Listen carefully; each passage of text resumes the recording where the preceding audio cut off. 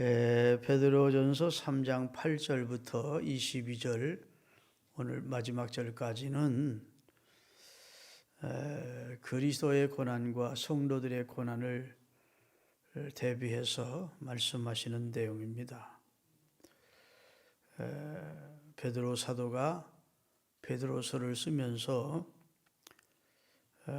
고난당하는 신자가 고난을 가하는 박해자, 핍박자를 향해서 어떤 태도를 취할 것인가를 말씀해 주는 내용이 전반부에 기록이 되어 있어요. 예수님은 고난을 받으신 분입니다. 고난당하시러 이 세상에 오신 분입니다. 고난을 통해서 여러분과 저를 살려내십니다. 그 고난이 어느 정도인가 하면 생명을 버려서 피 흘려 생명이 피에 있으므로 피가 죄를 속하기 때문에 자신의 죄 없으신 피로 인류의 죄를 속하시기 위해서 어차피 예수님은 생명을 버리시는 고난을 감당하시게 됩니다. 그래서 우리를 위해서 이미 육체의 고난을 받으신 분이 예수님이십니다. 우리 또한 그분을 위해서 고난을 받을 마음 자세를 가져야 돼요. 예수 믿고 시시낙낙 띵띵호화를 부르면서 아무 환난이나 곤고나 어려움 없이 형통한 그런 신앙생활을 평생 하게 될 것이다. 이렇게 기대했다가는 나중에 착각을 한 것을 알게 되고 내가 잘못 알았구나 충격이 옵니다. 미리 알고 신앙생활 해야 돼요. 성경에도 예수님이 내가 이것을 너희에게 이루면 너희로 환난을 당할 때 왜 이런 환난이 오는지를 미리 알게 하기 위해서 대비케 하기 위해서 내가 이것을 너희에게 이룬다 라면서 예수님의 제자들이 앞으로 당할 그리스도인이라고 하는 그리스도의 제자라는 것 때문에 이 말 환난을 미리 예고하면서 내가 이것을 너희에게 미리 말해 주는 것은 그때 이상한 일 당하는 것처럼 이상하게 여기지 말고 예수님이 말씀하신 대로 생명을 얻은 믿음을 가진 데게 여러 모양의 사탄의 세력들이 나를 핍박하는구나. 나를 박해하는구나. 예수님 말씀하신 대로 되는구나. 라고 받아들이게 하기 위해서 그리스도인이 믿음 때문에 당하는 순환과 고난이 있음을 예수님이 말씀을 해 주셨어요. 그러니까 우리가 그것을 각오하고 신앙생활하는 것이 충격을 덜 먹는 겁니다. 아멘. 우리 믿음의 선배들은 지금 우리처럼 이렇게 편안하게 신앙생활한 게 아니지 않습니까? 얼마나 많은 그리고 극심한 핍박과 순교를 각오하여 하고 신앙생활을 했는데 기독교 역사는 피의 역사고 순교의 역사라고 할 수 있지요.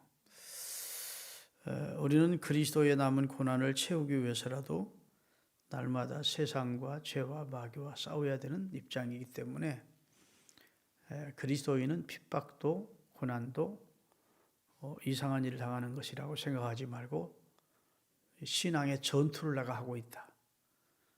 믿음의 영적 싸움을 하고 있다. 상급을 받기 위한 영적 군대로서 하나님이 나를 모집했으니까 이 모든 것은 내가 각오하고 영적 군사로 서야 된다는 사실을 기억하셔야 됩니다. 아멘. 군사로 다니는 자는 예수 그리스도께서 대장이시고 우리는 그분의 병사로 불러주셨으니까 의의 병기를 들고 그리고 악한 마귀와 늘 싸워야 되는 입장이라고요.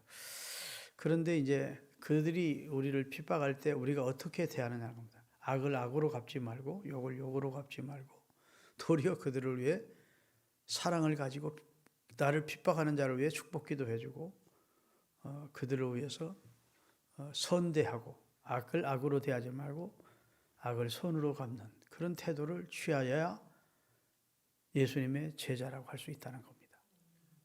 쉬운가요? 어려운가요? 어려운 일이죠. 그래서 그리스도의 마음으로 접붙임이 돼야 되고 성령으로 충만하지 않으면 인간은 미워하는 사람 같이 미워할 수밖에 없고 대적하는 사람 같이 대적할 수밖에 없는 입장이라고요. 위로부터 주시는 하나님의 은혜와 사랑의 은사와 성령 충만이 우리에게 주어질 때 그런 환경을 뛰어넘는 그런 참 사랑을 가지고 핍박자를 위해서 기도도 하고 축복도 할 수 있는 줄로 믿습니다. 스데반이라고 하는 초대교회 집사는 자기를 돌로 때려 죽이는 사람들을 향하여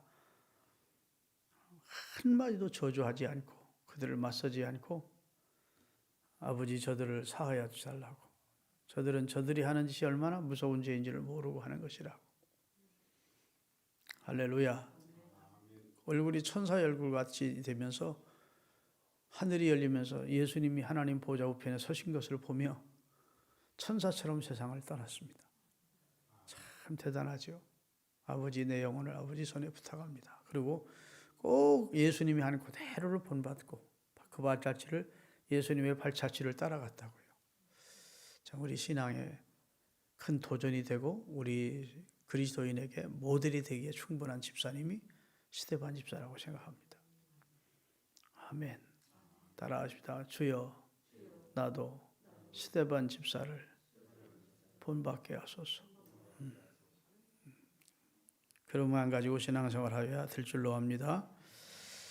할렐루야. 그래서 예수님은 고난을 당하셨다고요. 그 고난을 당하실 때 예수님은 자기를 십자가에 매달고 조롱하는 사람들을 저주하지 않으셨다고. 용서를 위해서 하나님 앞에 기도했습니다. 저들을 용서해 주시라고.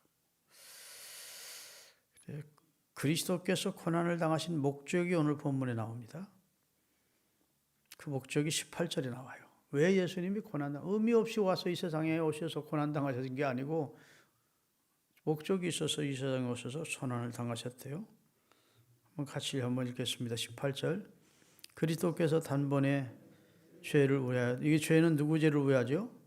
우리 죄를 위하여 죽으사 의인으로, 그분은 의인이었는데 불의한 우리를 대신하셨으니 그 목적, 그렇게 하신 이유, 목적은 우리를 하나님 앞으로 인도하려 하심이었다. 그게 단 한 가지 이유입니다. 우리를 하나님 앞에 세워주려고, 우리를 하나님 마음이 계시는 천국으로 인도해 주시려고, 의인으로서 불의한 우리를 대신해서 십자가의 순환을 받으셨는데 단 한 번의 죽음으로 인류의 죄악을 그분이 담당하시고 그리고 우리를 하나님 앞에 세워주셨다는 겁니다. 그러기 위해서 예수님은 고난을 당하신 거예요. 거룩한 고난이죠. 너무도 숭고한 희생이시죠. 공감하십니까? 예수님의 희생은 숭고한 희생입니다. 거룩한 사랑입니다. 끝이 없는 그런 참 다함이 없는 우리를 향한 놀라운 사랑이죠. 그 사랑으로 이 세상에 육체를 입고 오셨고 그리고 의인인데 불의한 우리를 대신하여 십자가에서 단번에 우리 죄를 처리하시고 우리를 하나님 앞으로 세워주셨대요. 우리를 하나님 앞으로 인도해 주셨다. 이렇게 말씀해 주시고 있는 줄로 믿습니다. 믿습니까? 고난 받으셨을 뿐 아니라 오늘 본문에 보면 불복종하는 옥에 갇힌 자들에게까지 복음을 전파했대요. 이게 참 난해한 신약 성경 가운데 가장 해석하기 어려운 내용이 오늘 본문입니다. 자, 19절입니다. 그가 또한 영으로 가서 옥에 있는 영혼들에게 선포했다. 그래서요. 그가 예수님을 말합니다. 그가는 예수님을 말하고 예수님이 영으로 부활하신 후에 영으로 옥에 있는 자들에게 가서 전파했대요. 그 전파의 내용이 무엇인지는 모릅니다. 심판을 선언했는지 그들에게 회개하고 예수 믿으라고 선언했는지는 모르는데 옥에 있는 영들에게 선포하시니라 이렇게 돼 있다. 여기서 이제 천주교와 우리 개신교의 해석법이 달라진 겁니다. 천주교나 시랍 종교에서는 이걸 근거로 해서 딱 한 가지요. 연옥이라는 근거할 만한 성경 구절이 여기 하나밖에 없어요. 근데 사람이 죽으면 천국과 지옥으로 가기도 하지만 천국 보내기도 곤란하고 지옥 보내기도 곤란한 사람들은 연옥이라는 중간 처소가 있다는 겁니다. 순교자들은 대부분 다 천국으로 직접 죽으면 올라가고, 신앙생활을 했어도 아직도 남아있는 죄악이 많은 사람들이 있다는 겁니다. 그런 사람들은 예수님을 믿으니까 지옥 가지는 않고 연옥이라는 곳에 보낸다는 겁니다. 연옥이라는 곳에 보내서 아직도 남아있는 죄과가 많이 있으니까 그것이 다 정화될 때까지, 다 빠져나갈 때까지, 다 없어질 때까지 그곳에 머물다가 그 죄가 다 정화되면, 깨끗해지면 이제 천국으로 올라간다는 겁니다. 성경에 없는 내용인데 이제 로마 카톨릭이 그렇게 교리를 만든 거예요. 그래가지고 그러면 연옥에서 죄값을 어떻게 청산하냐는 겁니다. 연옥에서 선한 일도 할 수 없고, 연옥에서 구제할 수도 없고, 이미 죽어서 그 영혼들만 있는 곳인데 거기서 어떻게 그 사람의 아직도 처리하지 못한 죄들이 어떻게 처리되느냐? 지상에 남아있는 그의 자손들이 봉사하고 헌금 많이 하고 미사 잘 드리고 그러면 점점 조상들의 그 죄짐이 벗겨진다는 겁니다. 그러니까 헌금 많이 하라는 겁니다.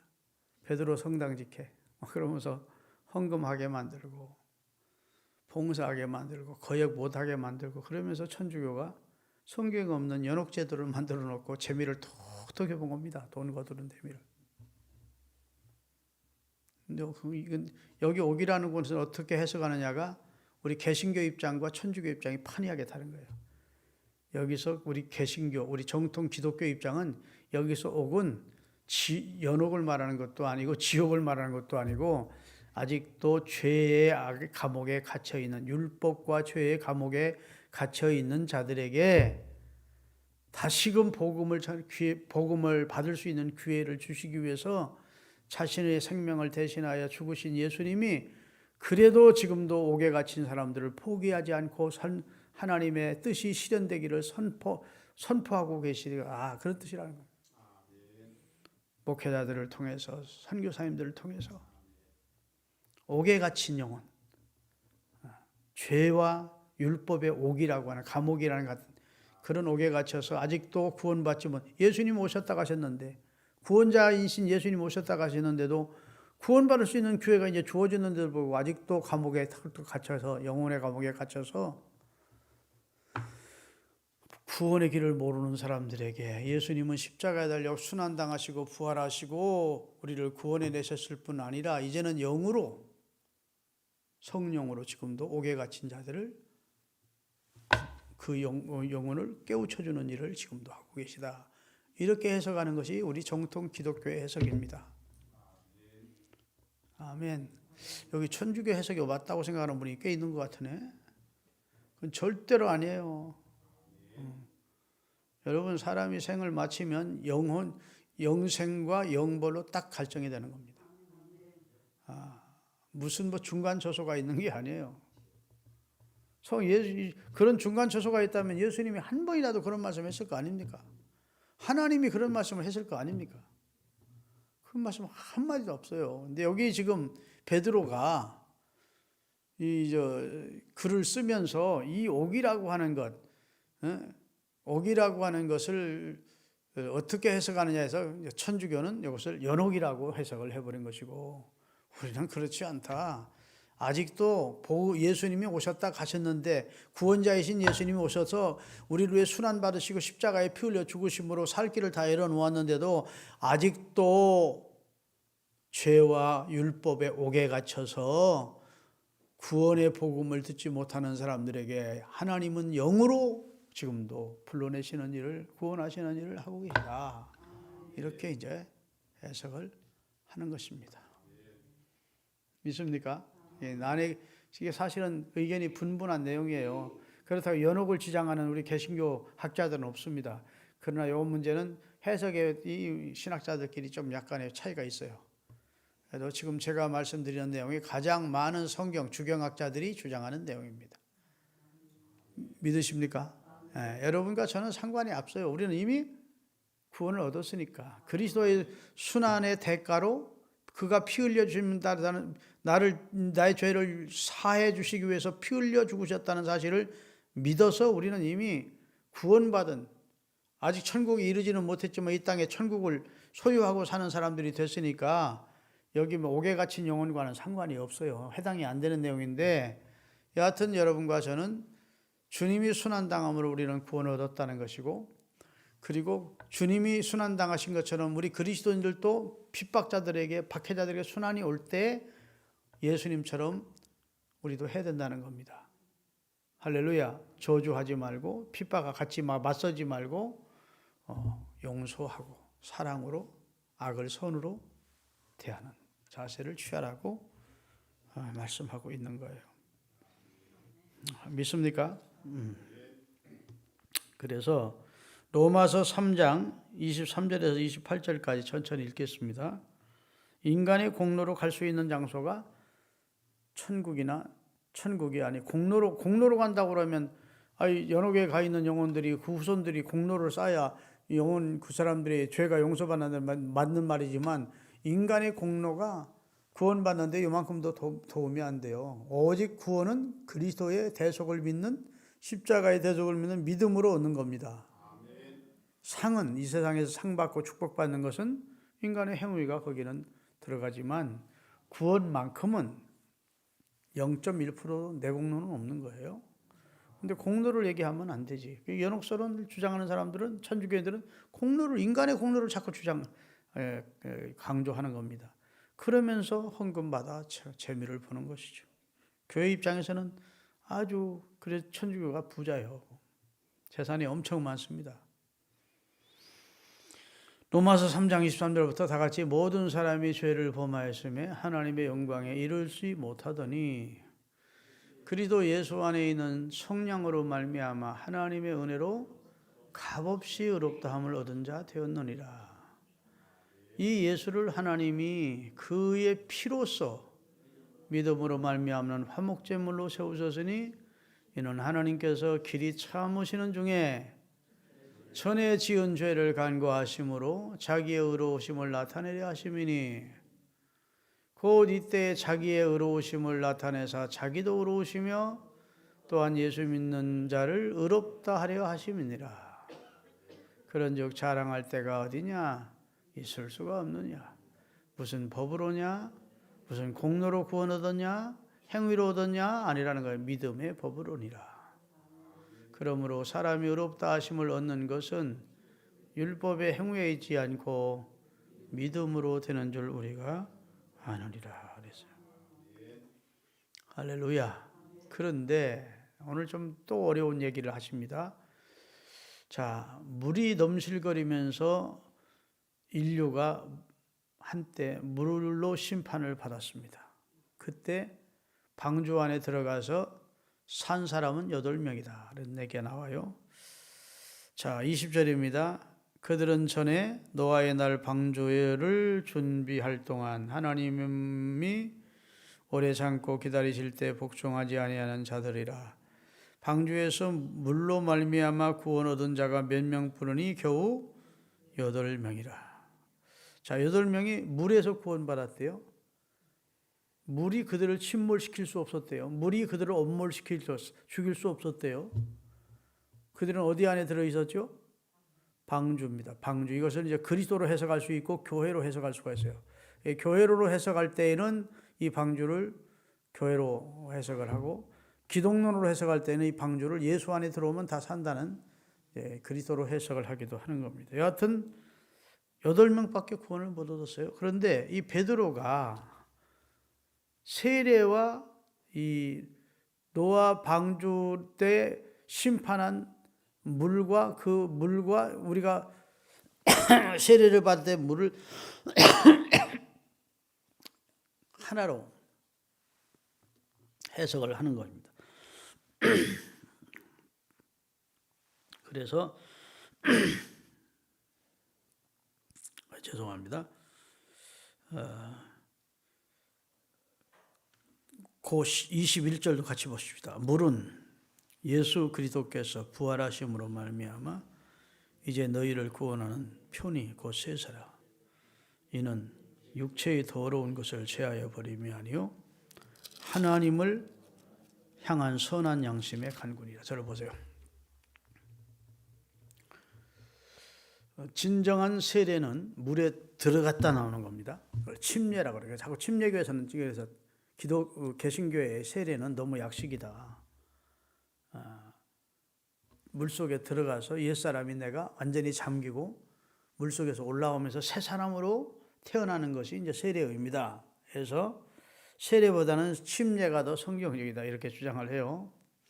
그래 침례교는 나 순복음교회 가보면 강례상 뒤에다가 그 욕조를 해놨습니다. 그리고 덮어놓고 있다가 이제 침례식을 할 때는 그것도 열어놓고 거기다 부르고 목사님이 침례를 해요. 사실은 침례가 더 성경적인 것은 틀림없는 사실입니다. 근데 지금 노아 시대 때 다른 사람이 다 물로 인하여 죽는데 그 물에서 죽지 않고 구원받은 사람이 8사람이었어요. 그렇죠? 자, 홍해를 건널 때 그 홍해 바다의 물에 죽임을 당하지 않고 침몰되지 않고 구원받은 사람은 자기들을 위해서 한 마리의 희생의 양을 유월절 날 죽임을 당하고 그 피를 인방과 설주에 바르고 그 고기를 먹었던 유대인들은 물이 그들을 침몰시킬 수 없었어요. 아멘 좀 하세요. 아니 홍해를 육지처럼 건널 수 있었잖아요. 뭐 물이 갈라졌다고. 물이 그들을 침몰시킬 수 없었다고요. 노아 시대 때 은총을 입은 노아의 가족을 물이 침몰시킬 수 없었다고요. 그래서 물에서 다 구원을 받았어요. 모세도 나일 강물에서 구원을 받았어요. 바로 왕의 딸 공주의 손에 의해서. 자, 물의 죽임을 당할 수밖에 없는 입장인데 물에서 저들이 다 구원을 받았다는 겁니다. 홍해 바다에서도 애굽의 군대들은 물에서 구원받지 못하고 다 죽임을 당해요. 노아 시대 때에도 하나님을 거역하던 사람들은 다 물에 의해 심판을 받아요. 그런데 노아의 두 식구는 물에서 구원 얻어요. 이것을 지금 베드로는 이걸 세례라고 물세례로 해석을 하는 겁니다. 그래서 우리는 죽어야 된다는 거예요. 우리는 노아 시대 때 심판받은 사람들처럼 애굽인들처럼 죽어야 된다는 겁니다. 왜? 우리는 번질상 진노의 자녀이고 허물과 죄로 죽은 자니까. 죽어서 이미 물심판을 받아야 되는데 누구 때문에 사는 겁니까? 그리스도를 통해서 우리가 그 물에 침몰되지 않고 살아났다는 겁니다. 그것을 지금 노아가 구원 얻는 것과 홍해 바다에 구원 얻은 백성들을 상기시키면서 우리도 이미 은혜를 입지 못하면 죽어서 물속에 이렇게 물속으로 잠겨져야 되는데 세례는 뭐냐? 거기서 옛날에 나만 죽고 이제 새로운 나로 그 물에서 올라오면서 구원을 얻게 하는 것이라. 어렵습니까? 물에서 구원 얻었다. 세례는 바로 구원 육신은 죽고 영은 새로 사는 그것을 상징적으로 표현하는 하나의 의식이라는 겁니다. 그러니까 우리가 의로워서 사는 것이 아니고 우리도 물의 심판을 받아야 마땅한 존재인데 우리가 하나님의 은혜로 예수께서 우리를 대신해 십자가에 달려 돌아가시고 우리를 구원해 주셨기 때문에 이제 그의 죽으심이 나의 죽음이라는 사실을 믿고 그리스도와 연합된 존재가 되어 나는 그리스도와 옛날에 나는 그리스도와 함께 죽고 이제는 예수와 그리스도 안에서 새로운 나라에서 물에서 건져내는 물에서 올라오는 거 그의 세례라는 겁니다. 세례의 의미를 오늘 베드로는 우리는 죽어 마땅한 존재인데 그리스도의 세례를 통해서 우리는 생명을 얻었고 구원을 얻게 된 것이다. 이렇게 해석을 하는 거예요. 그렇게 우리를 구원해서 누구 앞에 세우려고? 하나님 앞에 세우게 하시려고 예수님이 순환을 당했대요. 아멘. 그리고 나서 25절 마지막 절 읽겠습니다. 22절 마지막 절 읽겠습니다. 그는 하늘에 오르사 하나님 우편에 계시니 이제는 천사들과 권세와 능력들이 그에게 복종하라. 여기서 그가 누굴까요? 그는 예수님이죠. 예수님이 천국에 올라가서 앉으셨으니까 그가 메시아임을 하나님의 아들이심을 확정한 것이지요. 그는 천사도 복종시키고 권세도 복종시키고 오늘 본문에 보니까 모든 능력이 그의 말에 복종하는 만왕의 왕으로 이제는 등극을 하셨다. 그분이 예수님이다. 그분이 우리 위해 고난 받으셨고 우리도 그리스도의 제자라면 고난을 받을 거야. 핍박을 받을 거야. 예수님처럼 용서하고 사랑하고 그들을 위해 기도해야 돼. 네, 우리는 그렇게 해야 되지만 예수님이 고난당하신 이유는 우리 바로 살리려고 의인으로서 죄인인 우리를 대신해 죽으셔서 우리를 하나님 앞에 세워주시려고 그럴 거야. 그것이 바로 새로운 사람으로 사는 세례의 의미야. 새 생명을 얻다는 뜻이야. 그렇게 설명하고 있는 거예요. 좀 어려우셔도 그저 그런 뜻인가 보다 하고 들으시면 돼. 기도하겠습니다.